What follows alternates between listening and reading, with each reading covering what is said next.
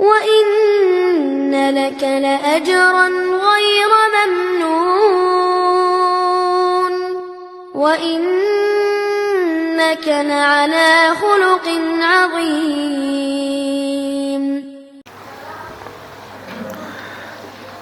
Innal hamdalillah nahmaduhu wa nasta'inuhu wa nastaghfiruh wa natubu ilaih wa na'udzu billahi min syururi anfusina wa min sayyiati a'malina may yahdihillahu fala mudhillalah wa may yudlilhu fala hadiyalah wa lan tajida lahu waliyan mursyida. Asyhadu an la ilaha illallah wahdahu la syarikalah wa asyhadu anna Muhammadan abduhu wa rasuluhu la nabiyya ba'dah. Allahumma salli wa sallim wa barik ala sayyidina Muhammadin wa ala alihi wa ashabihi wa ansarihi wa junudih wa man jahada fi sabilillah ila yaumil qiyamah ba'du. Faya ibadallah usikum wa iyaya bitaqwallah faqad fazal muttaqun. Faqala Allah ta'ala fil Qur'anil Karim, a'udzu billahi minasyaitonir rajim, bismillahirrahmanirrahim. Ya ayyuhalladzina amanu dukhulu fis-silmi kafah wa la tattabi'u khutuwatis syaitan innahu lakum aduwwum mubin. Shadaqallahul azim.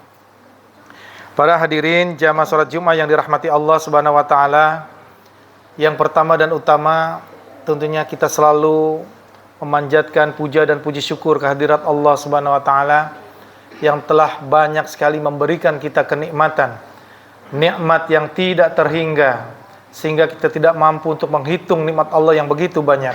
Wa in ta'udu nikmatallahi la tusuha. Jadilah kita sebagai hamba Allah yang senantiasa selalu bersyukur pada nikmat Allah. Jika kita bersyukur atas nikmat yang Allah berikan kepada kita, maka Allah akan tambah lagi nikmatnya. Dan barang siapa yang kufur akan nikmat Allah, bahasa Allah bukan Allah kurangi nikmatnya, tetapi sesungguhnya azab Allah sangat pedih. La in syakartum la azidannakum wa la in kafartum inna adzabi lasyadid. Salawat dan salam semoga tercurah kepada rijalul qudwah Nabi besar Muhammad sallallahu alaihi wasallam beserta keluarganya, sahabat-sahabatnya dan orang-orang tetap istiqamah di jalan Islam. Para hadirin sekalian, di ayat yang di awal saya baca tadi adalah Quran surat Al-Baqarah ayat 208. Di mana Allah memerintahkan kepada kita sebagai orang yang beriman, ya ayyuhalladzina amanu dakhulu fis-silmi kafah. Masuklah kita ke dalam Islam secara kafah. Masuklah Islam kita secara integral, secara paripurna. Karena memang Islam itu ada agama yang syumuliyah mutakamilah. Dan kita janganlah mengambil sebagian dari ajarannya dan meninggalkan sebagian yang lain. Maka diperintahkan kita untuk menjalani Islam ini dengan sempurna. Tetapi di ujung ayat ini Allah mengingatkan kita, wala tattabi'u khutuwatis syaitan, dan janganlah kita ikuti langkah-langkah syaitan. Karena memang dalam setiap menuju satu kesempurnaan ibadah kepada Allah SWT, pasti ada di persimpangan jalan ini ada syaitan-syaitan yang menggoda kita agar kita menyimpang dari jalan Allah SWT, agar kita berbelok dari jalan Allah SWT. Maka tipu daya syaitan ini selalu dipasang di dalam persimpangan-persimpangan jalan yang kita lalui. Bahkan juga dari golongan syaitan, golongan jin dan juga golongan manusia. Minal jinni wan nas. Inilah yang menggoda kita, sebagian kita. Lalu Allah menutup ayat ini dengan innahu lakum aduwwum mubin. Bahwa sesungguhnya syaitan itu adalah musuh yang nyata bagi kalian. Dalam ayat yang lain dikatakan kalau syaitan sudah kita anggap musuh, maka jadikan dia musuh. Jangan jadikan teman. Mana bisa kita berakrab ria dengan musuh kita. Maka jadikanlah dia musuh. Nah, di dalam Quran surat Al-Anfal ayat 48, di sini juga Allah menegaskan lagi bagaimana tipu daya syaitan ketika berada di pihak musuh, ya, agar musuh ini terpedaya. Ya. Wa izzayyana lahumus syaitanu a'malahum wa qala la ghaliba lakum al-yawma minan nas wa inni jarul lakum falamma tara'atil fi'atani naqasa ala aqibaihi wa qala inni bari'um minkum Inni ara ma la tarawna wa inni akhafullah wallahu syadidul iqab. Jadi ayat ini ketika dua pasukan ini sedang bertemu, yaitu di perang Badar. Ternyata setan itu ada di pihak kaum musyrikin Quraisy. Wa izzayyana lahumus syaitanu a'malahum. Ketika setan itu memberikan tipu daya, zayyana lahumus syaitanu a'malahum, kepada amal-amal mereka, membanggakan amal-amal mereka. Kalian adalah yang paling terhebat. Senjata kalian ini sudah terlengkap. Pasukan kalian banyak. Tidak akan ada yang mengalahkan pada hari ini kalian. Ini di pihak kaum musyrikin. Setan membanggakan mereka. Wa izzayyana lahumus syaitanu a'malahum. Wa qala la ghaliba lakumul al-yaum minan nasi. Hari ini tidak ada yang dapat mengalahkan kalian pada hari ini dari manusia. Wa innani jarul lakum, dan aku ada di pihak kalian. Dukungan setannya dahsyatnya. Dan aku berada di pihak kalian. Enggak boleh gentar. Lihat musuh cuma 300 orang, kita 1000. Persenjataannya belum lengkap. Akan kita habisi mereka. Ini setan berada di pihak. Falamma tara'atil fi'atani naqasa ala akibaihi. Dan ketika dua pasukan ini sudah saling berhadapan, apa kata setan itu? Wa qala ini bari'um minkum. Lalu dia sudah mulai mundur. Sesungguhnya aku berlepas diri dari kalian. Aku berlepas diri dari kalian. Ini aroma la tarawna. Karena aku melihat apa yang kalian tidak lihat. Aku melihat apa yang kalian tidak lihat. Ini akhafullah. Sesungguhnya aku takut pada Allah SWT. Wallahu syadidul iqab. Sesungguhnya Allah maha keras siksanya. Jadi setan itu pada saat itu melihat bagaimana Allah mengirim bantuan, yaitu malaikat yang turun dari langit membantu pasukan Rasulullah SAW. Ini aroma la tarawna. Kamu tidak melihat apa yang aku lihat. Jadi ketika Rasulullah berdoa pada perang Badar, Rasulullah juga menyatakan bahwa ini pasukan yang 300 melawan 1000, 3 kali lipat, dengan persenjataan yang lengkap, kita juga senjata apa adanya. Rasulullah terus berdoa. Istastaghisuna rabbakum fastajaba lakum anni mumiddukum bi alfi minal malaikati murdifin.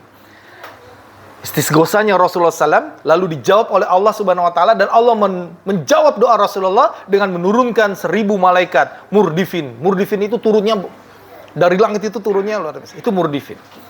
Dan setan itu melihat ini aroma la tarawna.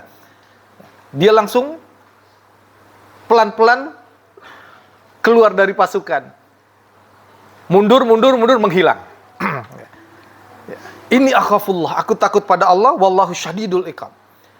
Begitulah setan ketika sudah mengiming-imingi. Bahkan nanti di hari kiamat, bahasa setan, ini bari'um minkum, aku bahkan berlepas diri pada kalian. Ketika di akhirat kita akan mengklaim, aku diajak oleh dia, agar aku mengikuti dia. Ketika kita di neraka, kita berkata kepada Allah seperti itu. Apa jawaban setan? Apa jawaban iblis? Ini bari'um minkum, aku berlepas diri ke kalian. Aku berlepas diri pada kalian.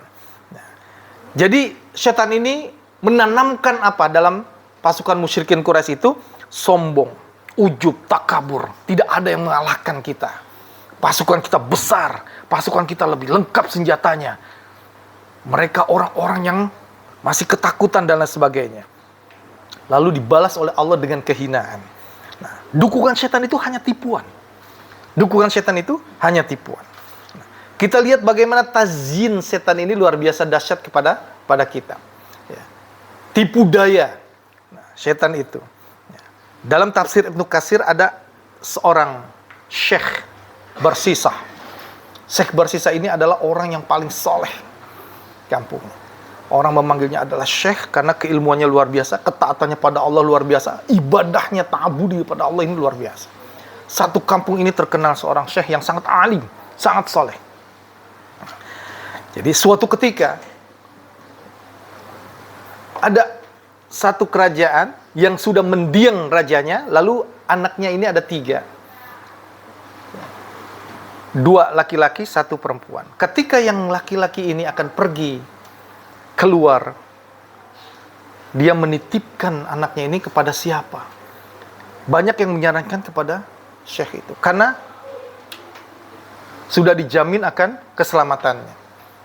Awalnya syekh itu tidak mau. Berat. Setan itu datang kepada di tempat ibadahnya Syekh Barsesa. Lalu merayu-merayu, akhirnya diterima juga. Awalnya ditempatkan di satu ruangan yang terpisah dari tempat ibadahnya Syekh Barsesa. Tipu daya setan ini terus akan menggoda kita. Kamu dititipkan orang. Coba dilihat, apakah dia sudah makan atau belum. Nanti kalau dia mati bagaimana? Kamu dititipkan, ini amanah. Akhirnya dia mengirimkan makanan. Awalnya makanan hanya ditaruh di depan pintu, tidak masuk dia. Karena ini seorang gadis. Setan terus menggoda. Coba lihat, sudah dimakan belum makanannya? Begitu sudah ketemu, Syekh Barsesa ini menundukkan ke matanya agar tidak melihat gadis itu. Coba lihat, kata setan. Apakah dia pucat atau enggak, atau dia sakit atau enggak? Coba dilihat. Logika-logika setan itu bermain terus. Dilihat, cantiknya luar biasa. Coba ditanya, macam-macam. Akhirnya terjadi yang sangat luar biasa godaan setan. Akhirnya dia terjadi sebuah perzinahan. Kedua kakak beradiknya pulang karena ketakutan. Akhirnya dibunuh anak laki. Akhirnya dia ditangkap. Masih ditangkap aja setan masih tetap, logika setan masih menggoda dia. Aku bisa menolong Anda untuk lepas dari hukuman ini. Anda meninggalkan agar Anda kafir kepada Allah SWT. Mengingkari Allah SWT. Sujud kepadaku. Dilakukan itu, matinya dalam kekafiran. Ini Syekh Barsesa. Dan ini diabadikan dalam Quran surat Al-Hasyr. Ayat 16. Kama sali syaitona isqala lil insani kfur falamma kafara qala inni bari'um minkum. Inni akhafullaha rabbal alamin. Perumpamaan setan yang menggoda manusia itu, apa kata? Qalal insani kfur, kafirlah kalian. Ketika mereka sudah kafir, apa jawaban setan? Inni bari'um. Sama dengan ketika pasukan itu. Inni bari'um minkum. Inni akhafullaha rabbal alamin. Dalam Quran surat Al-Hasyr. Aku berlepas diri ke kalian. Kalian sendiri yang menyatakan. Dahsyatnya godaan setan kepada kita. Bahkan dalam ayat yang lain, setan menggoda kita ini dari depan, dari belakang, dari kanan dan dari kiri. Ibnu Abbas dan Ibnu Qatadah, ketika setan menggoda kita dari depan, ini meragukan kita tentang akhirat. Banyak orang-orang yang nggak percaya akhirat. Ini setan yang menggoda kita dari depan. Kalau dari belakang, agar kita cinta kepada dunia. Kita berlebihan pada dunia, meninggalkan semua ketaatan. Dari kanan, agar kita malas untuk beribadah pada Allah SWT. Jauh dari Allah SWT. Dari kiri, setan menggoda kita agar selalu berbuat maksiat. Dahsyatnya orang beriman, kita berhadapan. Dalam sebuah hadis dikatakan bahwa orang beriman akan berhadapan dengan 5 musuhnya. Yang pertama adalah mukmin yang mendengkinya. Yang kedua adalah munafik yang membencinya.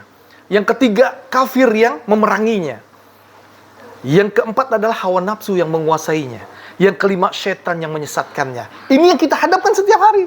Kita berhadapan dengan 5 musuh ini. Yang menarik adalah urutan pertama, mukmin yang mendengkinya. Masya Allah. Ya. Nah, ini babnya adalah bab al-hikdu wal hasad. Ya. Tentang iri dan dengki. Tapi yang jelas inilah yang kita hadapi selama ini. 5 kekuatan dahsyat orang beriman akan berhadapan selalu dengan itu semua. Nah, syaitan menjanjikan iyada'una min dunihi illa inasa wa iyada'una illa syaitona marida. Dia menjanjikan kepada kita, janji kepada mereka, dan membangkitkan angan-angan kosong kita. Ya. Kepada mereka. Padahal setan itu hanya menjanjikan tipuan belaka, tipu daya setan kepada mereka. Dahsyatnya setan ini terus menggoda kita siang dan malam dan tiap hari. Nah, kita sulit lagi membedakan kebajikan dan fitnah. Seperti dalam Quran surat Al-Imran ayat 14. Zuyyina lin-nasi hubus syahawati minan nisa'i wal banina wal qanatiril muqantara zahabati wal fidda wal khailil. Jadi kita sudah sulit karena memang kita diilhamkan oleh Allah SWT apa? Bahasanya syahwat, keinginan-keinginan kepada apa? Yang pertama kepada wanita-wanita. Zuyyina, tipu daya. Allah inginkan kepada kita. Linnasi hubus syahawati minan nisa, kepada wanita, wal banin, pada anak-anak, pada harta yang banyak. Nah, ini pintu fitnah. Makanya membedakan kebajikan dan fitnah ini, keindahan dunia ini agak tipis. Ketika dibentangkan keduniaan, maka disitulah setan menggoda kita. Awalnya kita adalah orang yang paling taat, rajin beribadah, rajin ke masjid. Azan belum ada, kita sudah ada nomor 1 sop ke depan. Luar biasa dahsyat. Tapi ketika sudah dibentangkan dunia di depannya, sudah mulai beli mobil Innova yang baru, hibrid lagi Innovanya. Azan masih di mobilnya, sedang di lap-lap terus. Sampai bubaran orang berjamaah masih di lap. Udah ada jamaah yang mengingatkan, Pak, sholat Pak, biasa. Nanti duluan. Ini sudah mulai dibentangkan. Makanya di zaman Rasulullah SAW, kata Rasulullah SAW, ketika Zubair bin Awam itu diutus untuk mengambil jizyah di daerah ketika Sudan itu baru ditaklukkan oleh Rasulullah SAW, jizyahnya baru diambil oleh Rasulullah SAW. Dan masyarakat Madinah saat itu tahu Zubair bin Awam ini sudah kembali ke Madinah dengan membawa harta yang banyak, jizyah yang sudah diambil oleh Rasulullah SAW. Begitu di dalam sholat subuh, penuhnya orang sudah menunggu-nunggu. Lalu Rasulullah SAW ketika setelah subuh dia bangkit langsung keluar. Cuman langsung dihalang-halangi oleh yang lain. Mau kemana ya Rasul, mau kemana? Rasulullah tahu bahwa mereka menunggu pembagian jizyah. Apa kata Rasulullah di dalam sebuah hadis itu? Sesungguhnya yang aku takuti bukan kefakiran di antara kalian. Bukan kefakiran yang aku takuti di antara kalian. Tapi ketika dunia dibentangkan di antara kalian. Udah mulai. Makanya zuyyina linnasi hubus syahawati minan nisa'i wal banina wal qanatiril muqantara. Ya. Harta yang banyak. Dari jenis emas dan perak, sawah dan ladang, kuda pilihan dan lain sebagainya. Ini sudah mengingatkan kita. Kita lihat lagi di kisah perang Tabuk.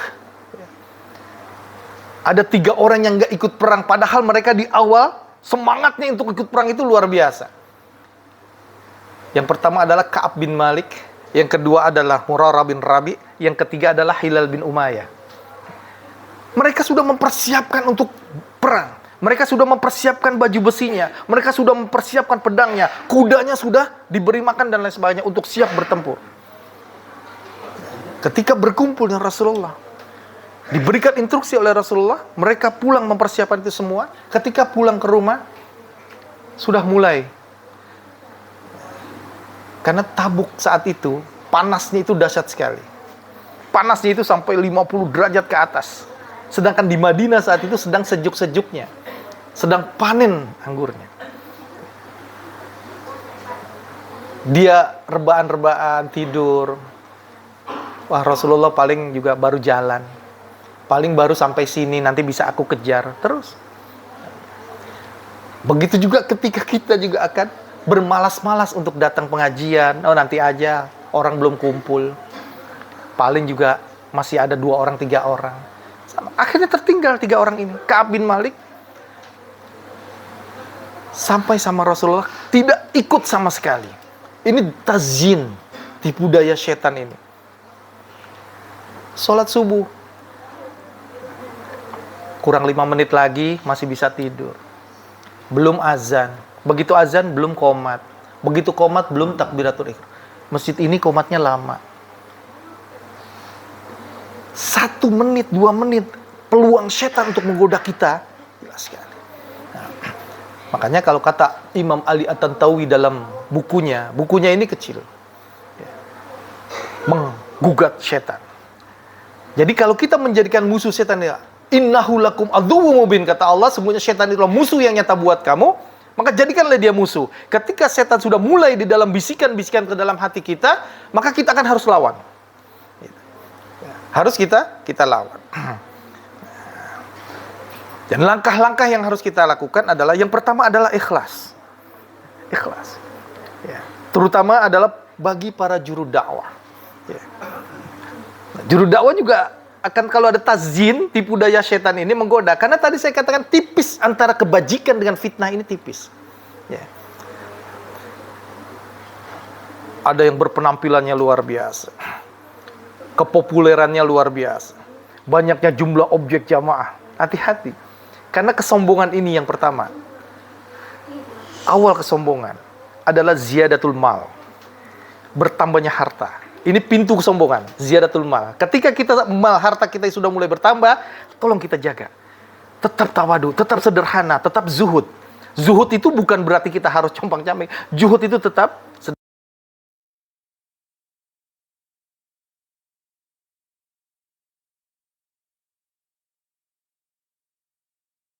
ziyadatul ilmu. Hati-hati, orang yang bertambah ilmunya baru punya ilmu sedikit, segala macam, sudah mulai bid'ah-bid'ahkan orang, ini haram, merasa dirinya paling pintar padahal.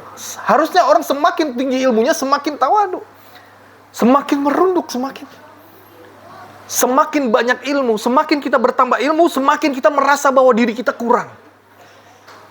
Semakin kita bertambah ilmu itu, semakin diri kita ini merasa lemah kita, semakin banyak. Ini ziyadatul ilmu juga menjadi pintu kesombongan kita. Nah, yang ketiga apa? Ini yang tidak kita sangka-sangka, yang ketiga, ziyadatul ta'ah.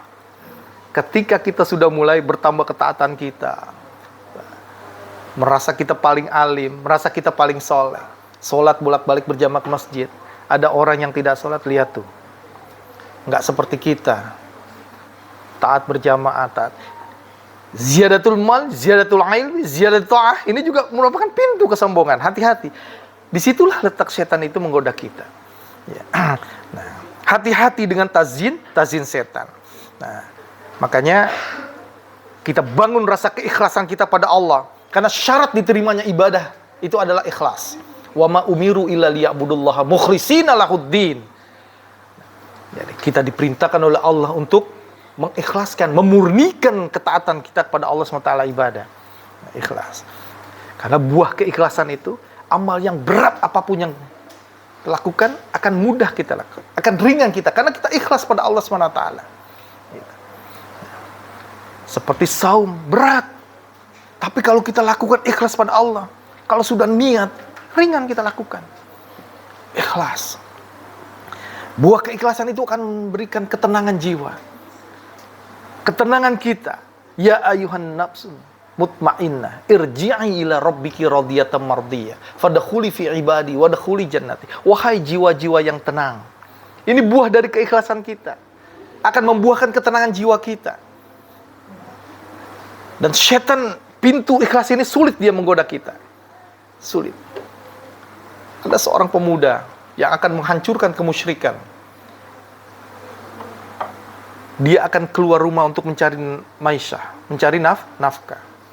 Dia persiapkan bahan. Ketika di tengah jalan ditemukan ada sekelompok masyarakat yang menyembah pohon yang dikeramatkan, pohon besar.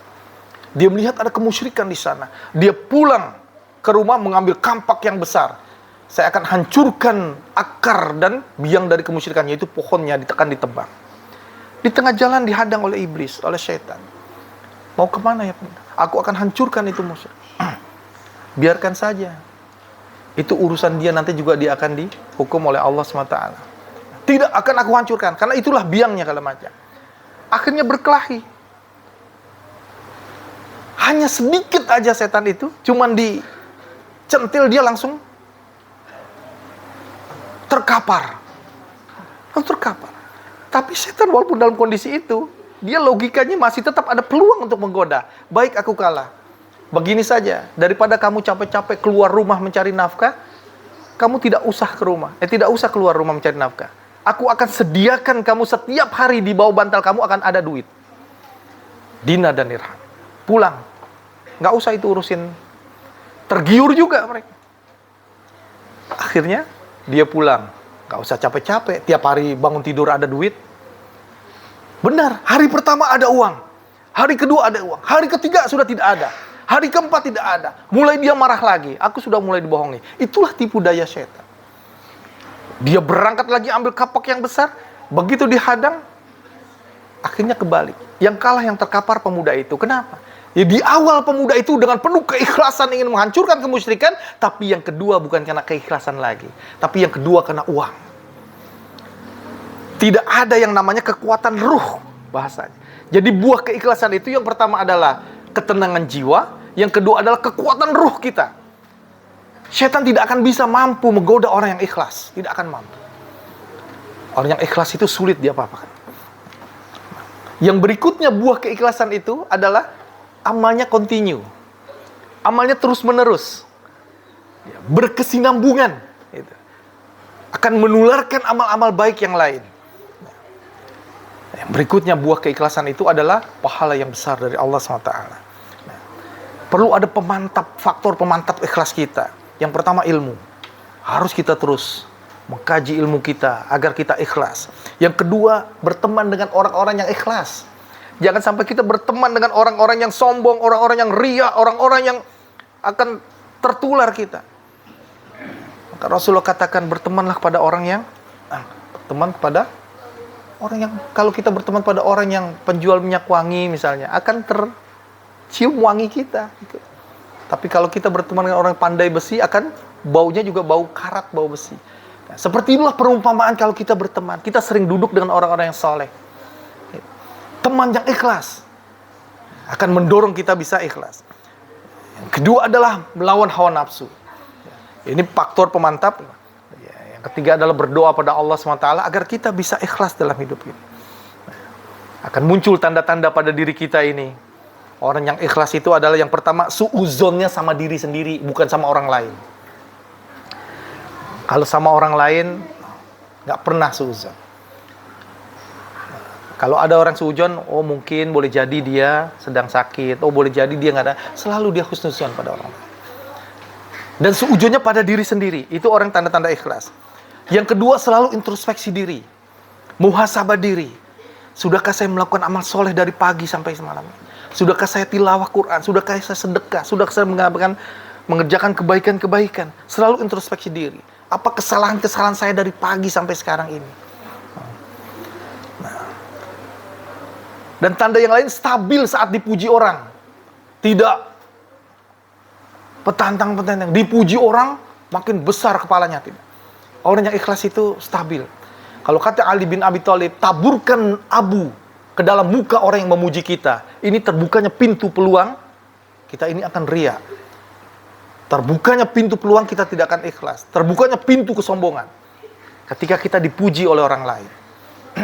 Nah, bahaya ini, dahsyat. Jadi stabil saat dipuji. Dan juga stabil saat dicela. Dicela orang, dimaki orang, stabil juga. Yang berikutnya adalah istiqomah di dalam beramal. Ini tanda-tanda orang yang ikhlas. Ya. Nah, yang pertama. Yang kedua adalah tazkiyatun nafs.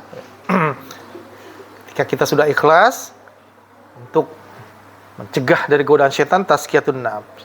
Tazkiyatun nafs ini ada muahadah, ada muraqabatillah, ada muhasabah, ada muaqabah, ada mujahadah. Ya. Ini menumbuhkan semangat ibadah kita dan juga untuk benteng dari tahanan setan itu tadi. Ya. Makanya berat orang mukmin itu yang kita hadapkan sehari-hari. Tiap hari ada 5 musuh kita itu tadi. Ya. Nah, makanya kita terus ya, apa yang dilakukan ikhlas pada Allah SWT. Yang kedua adalah tadi tazkiyatun nafs. Ya. Mungkin ini yang dapat saya sampaikan pada khutbah yang singkat ini. Ya. Tidak bisa membahas terkait dengan muahadah, muraqabatillah, muhasabah dan muaqabah dan mujahadah karena terbatasnya waktu. Barakallahu li wa lakum fil Qur'anil azim. Wa nafa'ani wa iyyakum bima fihi minal ayati wa dzikril hakim. Aqulu qauli hadza fastaghfiruhu innahu huwal ghafurur rahim. Allahumma shalli ala Muhammad.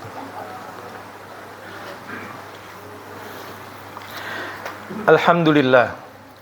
Alhamdulillahilladzi arsala rasulahu bil huda wad dinil haqq liyuzhirahu 'alad dini kullihi wa kafa billahi syahida. Asyhadu an la ilaha illallah wahdahu la syarikalah wa asyhadu anna Muhammadan abduhu wa rasuluhu la nabiyya ba'da. Allahumma shalli wa sallim wa barik ala sayyidina Muhammadin wa ala alihi wa ashabihi wa ansarihi wa junudihi wa man jahada fi sabilillah ila yaumil qiyamah ba'd. Fa ya ibadallah usikum wa iyaya bitaqwallah faqad fazal muttaqun. Faqala Allah Ta'ala fil Qur'anil Karim, a'udzu billahi minasyaitonir rajim. Bismillahirrahmanirrahim.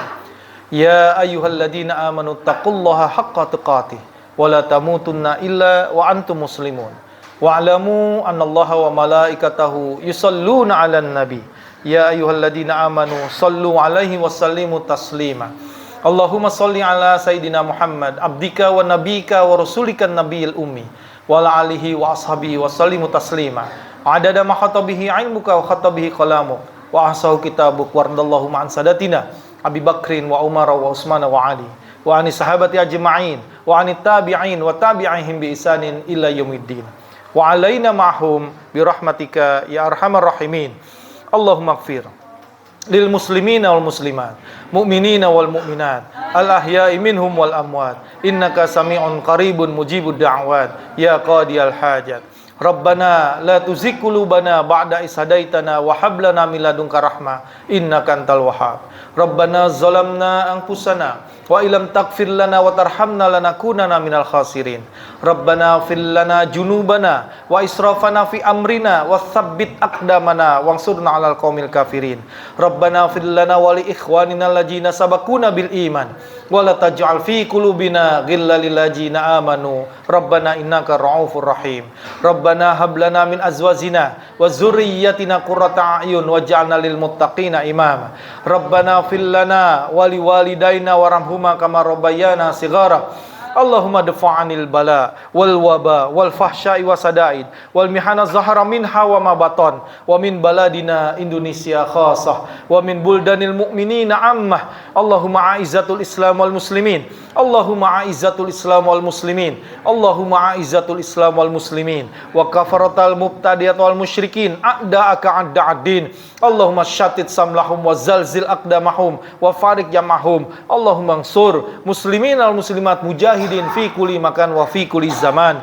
Rabbana atina fid dunya hasanah wa fil akhirati hasanah wa qina adzabannar. Ibadallah, innallaha ya'muru bil adli wa ihsan wa ita'i dzil qurba wa yanha 'anil fahsya'i wal munkari wal baghi ya'izukum la'allakum tadhakkarun wa la dzikrullahi akbar.